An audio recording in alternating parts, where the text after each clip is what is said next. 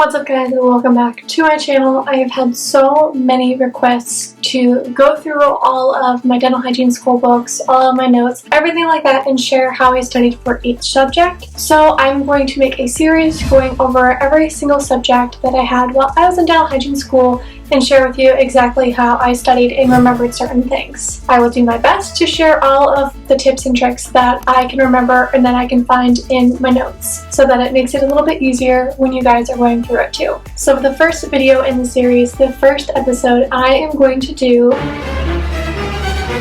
orofacial structures.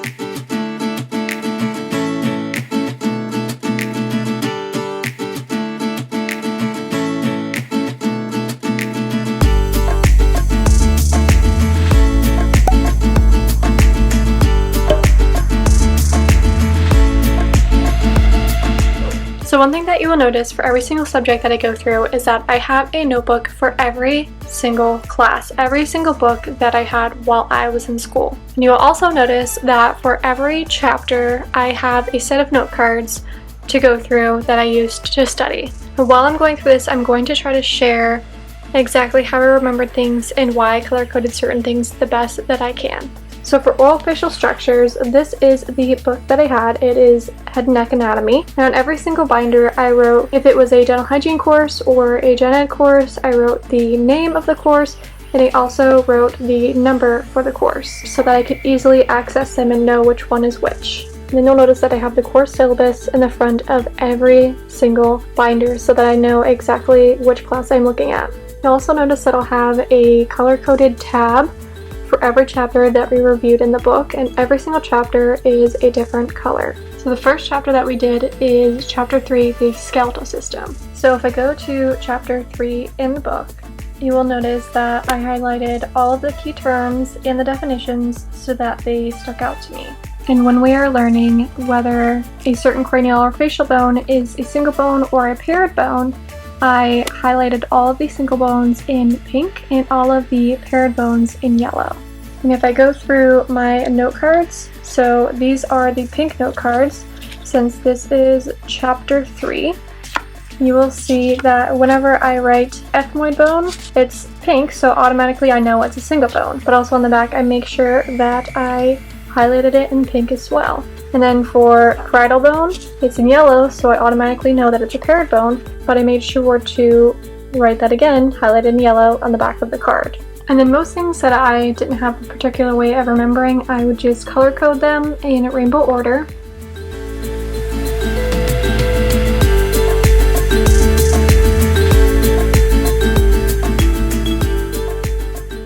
A lot of this class was just remembering like landmarks. So for all of the temporal fossa, I had that in pink. For the infratemporal fossa, I had it in yellow, and the pterygopalatine fossa was in green. At the end of the chapter, it had all of these pictures that you can just label. And what I would do is I would label everything in pencil first, and then once I had everything down, I would go over it and write everything in pen.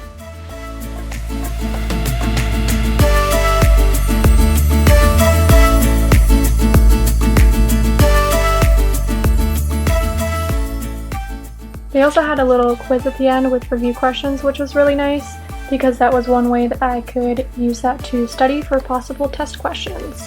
When we were going through our notes, if I could tell which cranial nerve went through there, I wrote next to it which cranial nerve was like near the foramen ovale, the cranial nerve 7. I knew that was near the stylomastoid foramen. And then the jugular foramen involves cranial nerves 9, 10, and 11. Foramen magnum involves cranial nerve 11. The cribriform plate involves cranial nerve 1. The foramen rodendum involves cranial nerve 5. The hypoglossal canal involves cranial nerve 12. The internal acoustic meatus involves cranial nerves 7 and 8.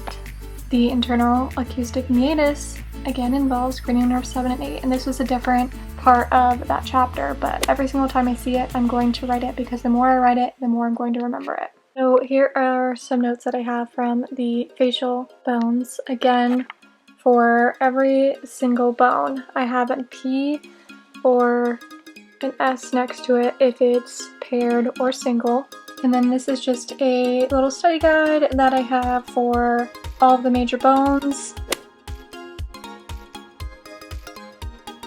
And every single little note that I need to know about those bones. So like the frontal bone, I need to know that it's a single bone. I need to know that it has the frontal sinuses, and I need to know all the main landmarks and which glands that it contains.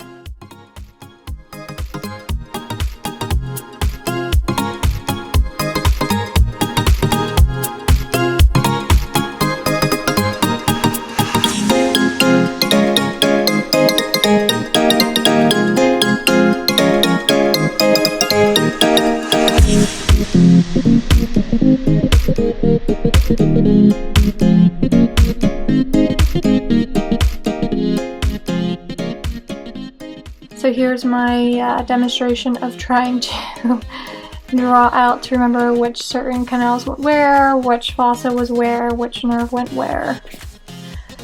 These are really, really great drawings. And then we are on to the orange tab, which means that we're at the next chapter, which is chapter 4. Leave yourself some really positive notes.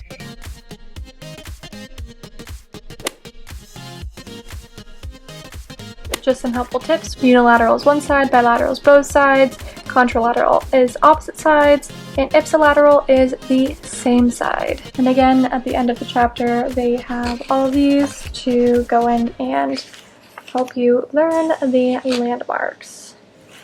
And of course, the little review quiz questions at the end. And this book came with all these little cards to study with, which was really nice. So if I wanted to know what number 12 was, all I have to do is flip it over and know that it is the mentalis muscle.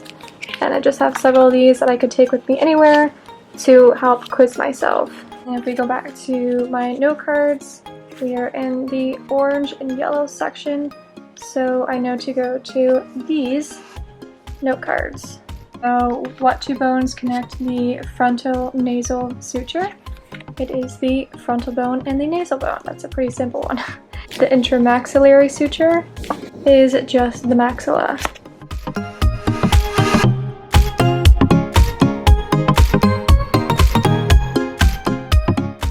And then for the skull bony openings and its contents, the carotid canals has the temporal bones. So all of these again are color-coded, so that way I was trying to remember, let's say, the ethmoid bone and the olfactory nerve, which is cranial nerve 1, it was orange. Well, I also knew that I wrote the cribriform plate in orange, so I know that these would go together. And then for all of the origin insertions and stuff, I guess for every single muscle, I just made every single muscle have its own tab. So like say, if we do the masseter muscle, what's the origin of the masseter muscle? Flip it over, tells you the origin. What's the insertion? What does it do? It assists with the movement of the mandible. By doing what? Elevating the mandible, which is during jaw closing. And then the same thing for the temporalis, the medial pterygoid, the lateral pterygoid. And again, this is just like a little cheat sheet chart to remember the muscles, the innervation, the origin, the insertion, and the action for all of them.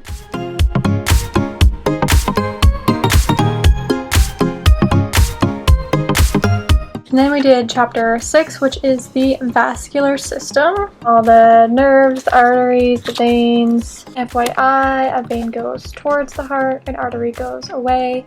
A for artery, A for away. And then of course I have all of the arteries and all of the veins are written down. All of the arteries are written in pink and all of the veins are written in blue. And then in parentheses in yellow, I have the landmarks that are associated with it. The question, what accepts the most drainage from the head? Answer is the internal jugular and the jugular foramen. And then some notes about the cranial nerve 5, the trigeminal nerve. So everything that is sensory I wrote in pink, everything that is motor I highlighted in yellow. One thing about the cranial nerve is it's all sensory. We have the mandibular nerve. Again, all sensory is in pink, motor is in yellow.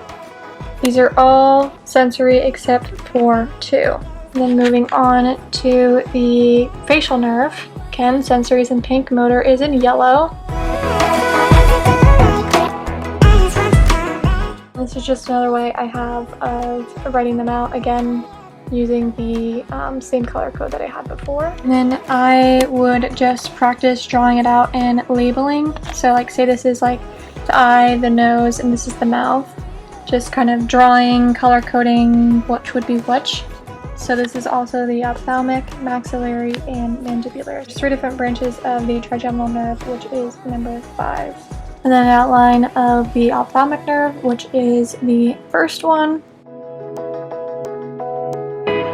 Maxillary, which is the second. And then cranial nerve number 7, which is the facial nerve. And if there's a pink and a yellow, it's both. And that's my version of trying to draw it out. And these are all of the cranial nerves, which I'm going to make a whole video about the cranial nerves alone because I get asked about that a lot, and there are a lot of simple ways to remember this. I have a whole stack of note cards for all of the cranial nerves. So again, each cranial nerve has its own little tab, which like I said, I'm going to do a whole video talking about the cranial nerves, so this is just a little sneak peek. Again, little illustrations at the end that you can practice with, and then you have your quiz. And then they had these little handy cards again, which tell me everything I need to know. On this, I'd remember if it was an artery or a vein, again, color coding it so that I knew. And then I also have this nice color-coded stack of note cards for all of the muscles. Everything is color-coded, so the cervical muscles are, everything is in pink, orange, yellow, green, all the way to blue. And then for each of these, I have the name of the muscle and the corners, so again, I'd remember that trapezius muscle was pink because that's what color I kept writing it in. Innervation of the trapezius muscle, origin, insertion, action, and then I would go to the next one, sternocleidoid mastoid, innervation, origin, insertion, and action. So all 4 of those for every single one, and I either would print these out and highlight them, or I would just handwrite on the cards, whatever basically was easiest and I had more time for. So that is orofacial structures, going through my binder that I had for the class, the book that I had for the class, and all the note cards that I had. I might have more note cards, but honestly I have a whole tote full of note cards, so it would take me forever to go through them all and figure out which went to which class. But I hope that was kind of helpful for you guys. If you want me to go in depth with anything that you saw for orofacial structures, then definitely let me know. But if not, I will move on to the next subject. If you guys have taken this class and you have any helpful hints or ways to remember things, please let me know.